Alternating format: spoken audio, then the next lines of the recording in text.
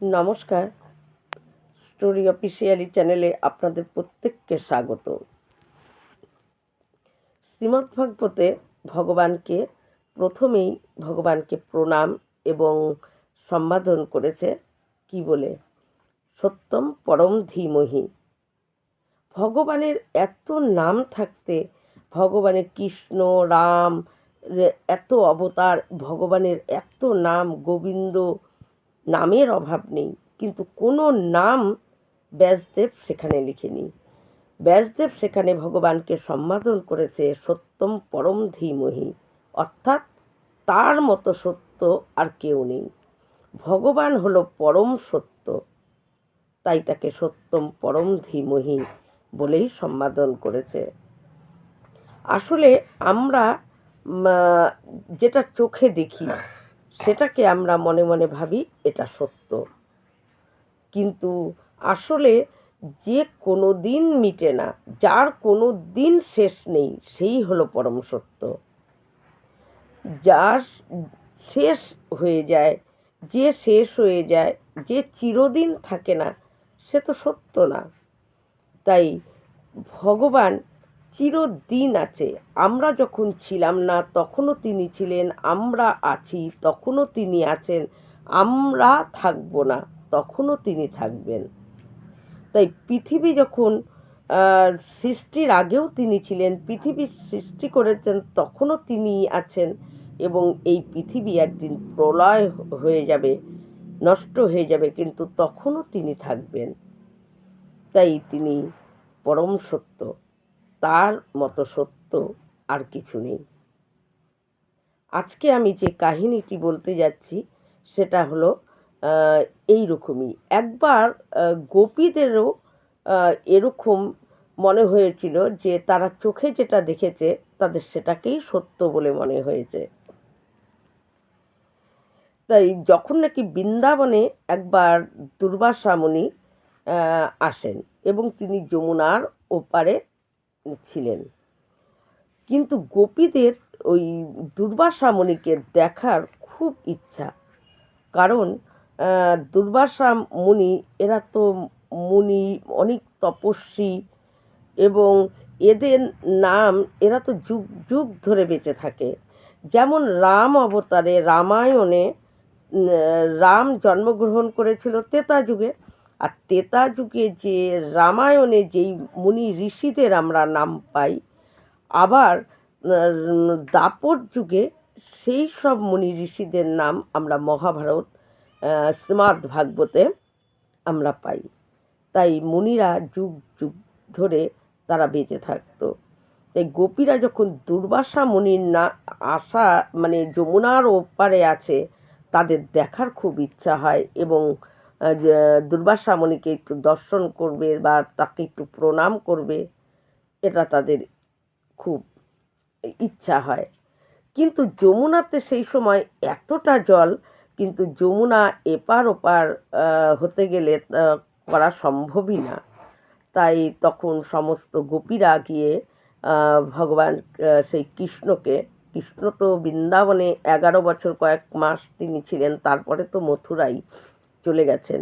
তাই ভগবান কৃষ্ণ তো তখন ছোটই, কিন্তু কৃষ্ণর কাছে গিয়ে বলে যে আমরা দুর্বাসা মুনিকে দেখতে যাব এবং তাকে একটু প্রণাম করতে চাই। তখন ভগবান শ্রীকৃষ্ণ গোপীদেরকে, মানে তিনি বলেন যে তিনি সত্য কথাই বলছেন, কিন্তু গোপীরা ভাবছে যেন ঠাট্টা করছে, ইয়ার্কি মারছে। কারণ গোপীদের সঙ্গে ভগবানের সম্পর্ক একদম বন্ধুত্ব, একদম নিজের লোকের মতনই ছিল। ভগবান কৃষ্ণকে গোপীরা কখনোই তিনি যোগেশ্বর, পরমেশ্বর, ঈশ্বর, এগুলো তারা ভাবতই না। তারা ভাবত তাদের সখা, তাদের মিত্র, তাদের প্রিয়তম, এগুলোই ভাবত। তাই গোপীরা যখন ভগবান কৃষ্ণকে গিয়ে বলে যে দুর্বাসা মুনিকে আমাদের দেখার ইচ্ছা, প্রণাম করার ইচ্ছা, তখন ওই কৃষ্ণ বলে যে আরে ওই দুর্বাসা মুনিকে দেখে কি করবে, আমি হলাম যোগেশ্বর, অর্থাৎ যোগীদেরও ঈশ্বর যে, তাকেই যোগেশ্বর বলা হয়। বলছে আমিই তো যোগেশ্বর, আমাকেই প্রণাম করো না। কিন্তু গোপীরা তখন বলে যে আচ্ছা তোমাকে তো প্রণাম করি প্রতিদিন, কিন্তু ওই দুর্বাসা মুনি এসেছে, তাকে একটু দেখব, দেখার আমাদের ইচ্ছা। বলছে তাহলে যাও না, তোমাদের যেরকম দুর্বাসা মুনিকে দেখারই এত ইচ্ছা, আমি যে বললাম আমি যোগেশ্বর, যোগীদের ঈশ্বর, সেই তো আমি। কিন্তু গোপীরা তো কৃষ্ণের কথা তারা মানে সেইভাবে নিচ্ছেই না, গুরুত্ব দিচ্ছে না, কারণ তারা তো তাকে সখা বন্ধু হিসাবেই দেখে না, ভাবে যে হয়তো ঠাট্টা করছে। বলছে তাহলে যাও, দুর্বাসা মুনিকে দেখার ইচ্ছা তো যাও। বলছে আচ্ছা যাব কি করে, যমুনায় অনেক জল, তাই দুর্বাসা মুনি ওই পারে যমুনার, তাহলে ও পারে যেতে গেলে তো যমুনার এই এত জলে আমরা তো ডুবেই যাব। তখন বলে যে তাহলে কি করবে? বলে তাহলে তুমি তো যোগেশ্বর, তাহলে তুমি তো কিছু করতে পারো, তাহলে তুমি যেরকম নিজেকে বলছো তুমি যোগেশ্বর, তাহলে তুমি তো কিছু করতে পারো, তাহলে আমাদেরকে একটু ব্যবস্থা করে দাও না যমুনাকে বলে, যাতে একটা পথ তৈরি করে দেয়। তখন ওই কৃষ্ণ বলে ও তার মানে তোমরা এটাই চাচ্ছ তো, যে তোমরা দুর্বাসাকে দেখতে যাবে আর আমি তোমাদেরকে যমুনার ওপারটা করার ব্যবস্থা, দেখো আমার একটা ছোট নৌকা আছে, কিন্তু তোমাদের মতন এরকম শরীর, এত ভারী শরীর আমি আমার নৌকায় নিতে পারবো না। বলছে না না, তোমার নৌকায় নিতে হবে না, তুমি তো একটু ব্যবস্থা করো। তখন বলছে যে ঠিক আছে, তোমরা গিয়ে ওই যমুনার জল হাতে নিয়ে বলো যে নন্দনন্দন কৃষ্ণ যদি কোনো দিন কোনো মানে অন্য স্ত্রীর নারীর মুখে না তাকায়, বা তাকে দেখা তো দূরের কথা, তার কথা ভিতরে চিন্তাও না করে, তাহলে হে যমুনা তুমি আমাদেরকে পথ তৈরি করে দাও, আমরা ওপারে যাব। তোমরা গিয়ে এই কথা বলো জল হাতে নিয়ে। তখন ওই গোপীরা বলে হ্যাঁ, এই কথা বললেই যমুনা আমাদেরকে রাস্তা তৈরি করে দেবে, তাই তো? আর তুমি মনে হয় কোনো দিন আমাদেরকে দেখোনি, আর আমাদের সঙ্গে তুমি রাস নাচ গান এগুলো কিছুই করনি, আর তোমার এই কথাই যমুনা বলছে যাও না, বলেই দেখো না। তখন গোপীরা কি করে, এসে ওই যমুনার জল হাতে নিয়ে বলে হে যমুনা, এই নন্দনন্দন কৃষ্ণ যদি কোনো দিন কোনো অন্য নারীর দিকে তাকানো দূরের কথা, যদি সে মনে একবার চিন্তাও না করে, তাহলে আমরা ওপারে যাব, তুমি আমাদের রাস্তা তৈরি করে দাও। এই কথা বলা মাত্র যমুনার জল একদিকে থেমে যায়, মাঝখানে একটা গোপীদেরকে যাওয়ার পথ তৈরি করে দেয়, এবং এই দিকের জল প্রভাবিত হতে থাকে। গোপীরা দেখে অবাক, এবং গোপীরা তখন ওই পথ ধরে যমুনার এপারে আসে। কিন্তু গোপীরা যখন আসে তখন তারা ভাবে যে দুর্বাসা মুনিকে দেখতে যাব, খালি হাতে যাব, এটা কি হয়? তাই গোপীরা কি করে, তারা নিজেরা ঘরের মধ্যে যে যার বাড়ির থেকে নানা রকম জিনিস, কেউ পুরি, কেউ ক্ষীর, কেউ সবজি, ডাল, নানা রকম জিনিস তারা রান্না করে এবং এক একটা পাত্রের মধ্যে তারা ভরে ভরে নিয়ে যায়, যে দুর্বাসা মুনিকে তারা দেবে বলে। তারপরে যখন তারা এপারে আসে, দুর্বাসা মুনিকে প্রণাম করে, বলে যে আমরা ভোজঙ্গনা, আপনাকে আমাদের দর্শনের ইচ্ছা, তাই আমরা এসেছি, আমাদের প্রণাম নিন বলে। তারপরে বলে যে আমরা কিছু আপনার জন্য খাবার নিয়ে এসেছি, আপনি যদি কৃপা করে খান। তখন বলছে যে ঠিক আছে দাও, বলে গোপীরা সবাই মিলে যে যা আনছে একটা থালের মধ্যে সুন্দর করে সাজিয়ে দিচ্ছিল অল্প অল্প করে। দুর্বাসা মুনি এটা দেখে বলে যে কি করছো তোমরা? বলছে যে আপনাকে খাবার দেব, তাই জন্য সেটাকে সুন্দর করে সাজিয়ে দিচ্ছি। বলছে ওইভাবে আমাকে দিতে হবে না, তোমরা যে যেটা এনেছো সেটা ধরে ধরেই আমার কাছে দাও, আমি একবারে ঢালবো। গোপীরা তখন ওই দুর্বাসা মুনির কথায় তারা যে যা আনছে সব ধরে ধরেই দুর্বাসা মুনিকে দেয়। আর দুর্বাসা মুনি দেখে মনে হচ্ছে যে কুয়োতে যদি কিছু ঢালা হয় যেরকম অবস্থা হবে, দুর্বাসা মুনি মুখে ওইভাবে ঢালছে, মনে হচ্ছে কুয়োতে ঢালছে। এইভাবে এক একজনের যে যেটা নিয়ে এসেছিল সেই পাত্র ধরছে আর মুখের মধ্যে ঢালছে। এইভাবে সমস্ত জিনিস যারা গোপীরা যা এনেছিল সব তিনি মুখের মধ্যে ঢেলে খেয়ে নেয়, এবং গোপীদের জন্য প্রসাদ হিসাবেও তিনি এক কোণা ছাড়েনি। গোপীরা মনে মনে ভাবে, তারা দেখে দেখে তারা মনের মধ্যে নানা রকম চিন্তা হচ্ছে যে এইভাবে এক ফোঁটা প্রসাদও তো দিল না। থাক, তারপরে গোপীরা বলে যে দুর্বাসা মুনিকে, আপনি তো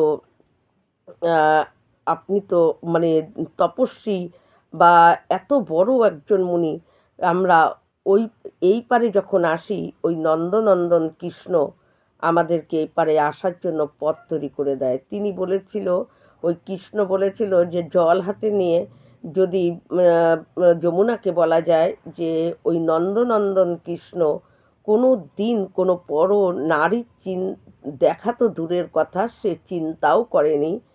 হ্যাঁ, যদি এটা বললে যমুনা তাহলে পথ তৈরি করে দেবে। আমরা এটা বলেছি, যমুনা পথ তৈরি করে দিয়েছে, এইভাবে এসেছি। কিন্তু এখন তো যমুনায় আবার জল, সেই পথ তো আর নেই। তাই আপনি যদি আমাদেরকে ও যমুনার ওই পারে যাওয়ার জন্য কোনো রকম একটু ব্যবস্থা করে দেন। তখন দুর্বাসা বলে ওই গোপীদেরকে যে যমুনার কাছে গিয়ে জল হাতে নিয়ে বলো যে যদি দুর্বাসা মুনি ওই দুব্বা ছাড়া অন্য কোনো কিছু গ্রহণ না করে থাকে, হে যমুনা, তাহলে তুমি আমাদেরকে যাওয়ার পথ তৈরি করে দাও। গোপীরা এই কথা শুনে তাদের মাথা ঘুরে যায়, কিন্তু দুর্বাসা মুনি সম্বন্ধে তাদের জানা ছিল, তাই তারা কিছু বলেনি মুখে, কিন্তু তারা ভিতরে ভিতরে এক গোপী আর এক গোপীর দিকে তাকাতাকি করছে যে কি বলছে, যে নাকি আমাদের জন্য এতটুকু প্রসাদ হিসাবেও ছাড়েনি, আমরা যা নিয়ে এসেছি সব কুয়োর মতো মুখে ঢাললো। সে বলছে যে যমুনাকে গিয়ে বলবো আমরা, সে দুব্বা ছাড়া কোনো দিন কোনো কিছু গ্রহণ করেনি। কিন্তু যেহেতু দুর্বাসা মুনি এটা বলছে, গোপীরা আর কোনো কিছু না বলে তারা কি করে, ওই যমুনায় গিয়ে যমুনার জল হাতে নিয়ে বলে, হে যমুনা, যদি দুর্বাসা মুনি ওই দুব্বা ছাড়া কোনো দিন কোনো কিছু গ্রহণ না করে থাকে, তাহলে তুমি আমাদের পথ তৈরি করে দাও, আমরা সেই পথ দিয়ে ওপারে চলে যাব। বলা মাত্র যমুনার জল একদিকে থেমে যায়, বড় পথ তৈরি করে দেয়, আর একদিকে জল প্রভাবিত হতে থাকে। গোপীগণ এগুলো দেখে তারা অবাক হয়ে যায় যে কি ব্যাপার। এই কিন্তু তারা মুখে কিছু না বলে তারা ওই পথ ধরে ওপারে যায়। ওই পারে গিয়েই দেখে কৃষ্ণ দাঁড়িয়ে আছে। কৃষ্ণ তা গোপীদেরকে দেখে বলে, কি জ্ঞান লাভ করলে, প্রণাম কেমন ভালো হলো, দর্শন ঠিক মতো হয়েছে, আজকে কি জ্ঞান পেলে? তখন গোপীরা কৃষ্ণকে বলে যে হ্যাঁ, দর্শন প্রণাম সবই ভালো মতো হয়েছে, কিন্তু আজকে আমাদের একটা জ্ঞান হয়ে গেছে। সেই জ্ঞানটা কি শুনবে? যে তুমি এক মিথ্যাবাদী, তোমার দুর্বাসা আর এক মিথ্যাবাদী, আর তোমাদের মিথ্যার সাক্ষী যমুনা দেয়। এই জ্ঞান আমাদের আজকে হয়েছে, এই জ্ঞানটা আমাদের খুব ভালো মতো হয়েছে। তাই ভগবান তখন বলে যে কি, আমি এক মিথ্যাবাদী আর দুর্বাসা আর এক মিথ্যাবাদী, আর যমুনা এই মিথ্যার সাক্ষী দেয়? বলে হ্যাঁ, আজকে আমাদের এই জ্ঞানটাই হয়েছে। আসলে দুর্বাসাও মিথ্যাবাদী না, যমুনাও মিথ্যা সাক্ষী দেয় না, আর ভগবান শ্রীকৃষ্ণ তিনি তো মিথ্যা বলতেই জানেন না, তিনি পরম সত্য। যিনি যিনি হলো তিনি, তার মতো সত্য আর কিছু নেই। তিনি পরম সত্য, তাই তাকে বলা হয় সত্যম পরম ধীমহি, মানে তার মতো সত্য আর কিছু নেই। তাই আসলে ভগবান শ্রীকৃষ্ণ তিনি সত্যি যোগেশ্বর, তিনি যোগীদেরও ঈশ্বর, তিনি হলেন ভগবান শ্রীকৃষ্ণ। আর তার চোখে কেউ পুরুষও না, কেউ নারীও না। তাই তিনি পর নারীরকে দেখবেনই বা কী করে, আর তার চিন্তাই বা করবে কী করে? তার চোখে তো নারী পুরুষ বলে কোনো ভেদাভেদই নেই। তাই যমুনা পথ দিয়েছে। আর দুর্বাসা মুনি তিনিও দুব্বা ছাড়া তার মন থেকে কিচ্ছু গ্রহণ করে না। গোপীরা গোপাঙ্গনারা নিয়ে গেছিল দুর্বাসা মুনিকে, তারা দেবে বলে। তাই দুর্বাসা মুনি তাদের দেওয়া জিনিসগুলো তারা কুয়োর মতন করে ঢেলেছে, কিন্তু মন থেকে কিছুই গ্রহণ করেনি। মন থেকে দুর্বাসা মুনি একটা জিনিসই গ্রহণ করে, সে শুধু দুব্বা। তাই যমুনা তার এই কথাতেও যমুনা গোপীদেরকে রাস্তা পথ তৈরি করে দিয়েছিল গোপীরা এপারে আসার জন্য। তাই অনেক সময় আমরা ঠিক এরকমই, আমরা চোখের সামনে যেটা দেখি সেটাকেই আমরা সত্যি বলে মনে করি। আমরাও ঠিক এই রকমই সংসারটাকে সত্যি বলে মনে হয়, কারণ এটা আমাদের চোখের সামনে ঘটছে। কিন্তু এটা যে সত্য না, সেটাকে আমাদের বোঝার মতো শক্তি যদি আমাদের চোখের সামনে যে মায়ার পর্দা আছে, যেই পর্দা যেদিন আমাদের চোখের সামনের থেকে সরে যাবে, সেদিনকে আমরা পরম সত্য কোনটা সেটাকে আমরা ধরতে পারবো। তাই গোপীরা তখন তারা যা দেখেছে তারা সেটাকেই তাদের সত্য বলেই মনে হয়েছে, কারণ ভগবান শ্রীকৃষ্ণকেও দেখছে যে তার সঙ্গে গোপীদের সঙ্গে খেলছে, কথা বলছে, অথচ সে বলছে সে কোনো দিন কোনো অন্য স্ত্রীর দেখা তো দূরের কথা, চিন্তাও করেনি। আর তাতেই যমুনা পথ দিয়ে দিল। তার মানে যমুনা মিথ্যা সাক্ষী দেয়, কিন্তু যমুনাও মিথ্যা সাক্ষী দেয় না। যমুনা জানে যে পরম সত্যটা কোনটা, তাই যমুনা পথ দিয়েছে। কারণ ভগবানের তিনি যোগেশ্বর, তার চোখে একমাত্র পুরুষ বলতে তিনি নিজে একা, তাছাড়া তার চোখে কোনো পুরুষ নারীর কোনো ভেদাভেদ নেই। এই রকমই আমাদের মধ্যেও এটাই আমরা দেখি, আমরা বাস্তবে যেটা দেখি সেটাকেই সত্য বলে মনে হয়, কিন্তু পরম সত্য চেনার জন্য আমাদের যে চোখের সামনে যে মায়ার পর্দা, সেই পর্দাটাকে সরানো দরকার। আর সেই পর্দা যেদিন সরে যাবে, পরম সত্যকে আমরাও চিনতে পারবো। এই রকম ভিডিও পাওয়ার জন্য আমার চ্যানেলটিকে সাবস্ক্রাইব করবেন। নমস্কার।